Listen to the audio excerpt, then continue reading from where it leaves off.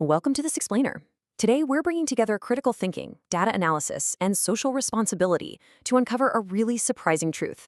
Ethical awareness isn't just about having good intentions. It's actually the secret ingredient that makes economic analysis rigorously accurate.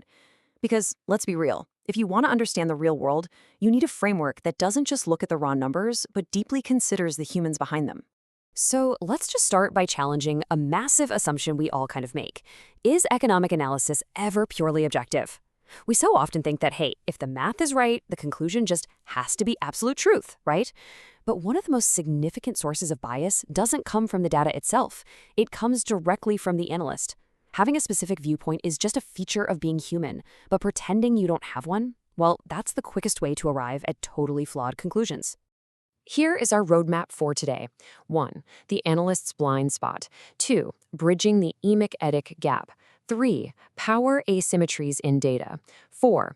Principles of integrative learning. And 5. Applied ethical economics.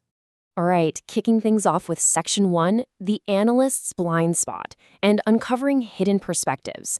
Because look, every single analyst brings a viewpoint shaped by their own culture, their discipline, and their social position. It's just a reality, and it's one we absolutely must actively account for. Which leads us directly into Section 2, bridging the emic-etic gap, or the insider versus outsider view.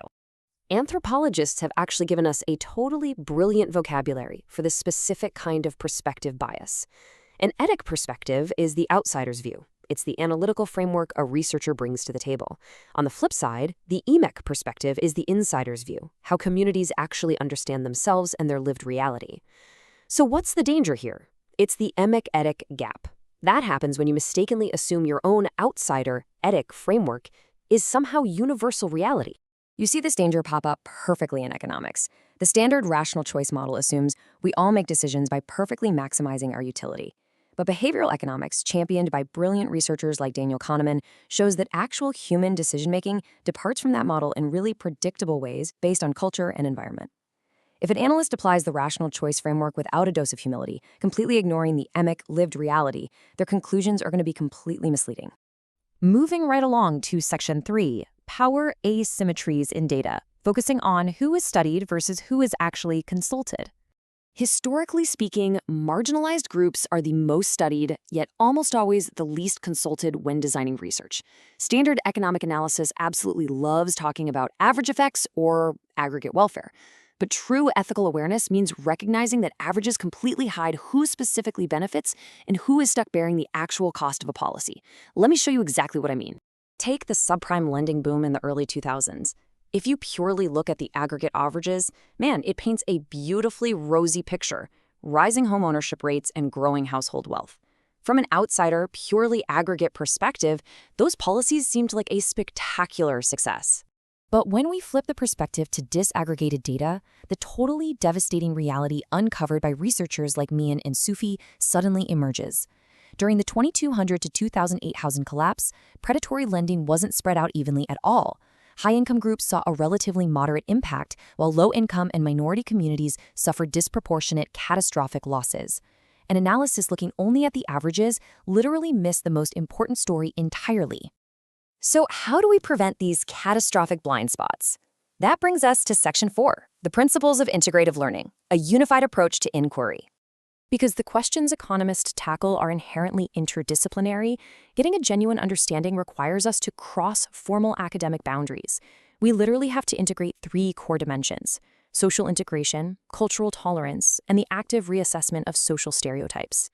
If you try to think only within the formal, rigid boundaries of neoclassical economics, you will consistently miss key dimensions of the exact problems you're trying to solve. Now, to actually make that interdisciplinary leap, we need structure.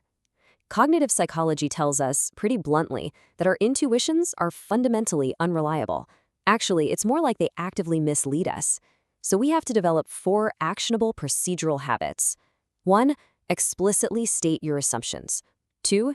Specify exactly what evidence would change your mind in advance. 3. Actively consider alternative explanations. And 4. Transparently report findings that contradict your expectations. These aren't just good ideas, they are necessary protections against cognitive failure. There's a quote that perfectly captures this: combining evidence, critical evaluation, and ethics prevents misinformation, harm, and cognitive and ideological bias. Think about 20th century development economics.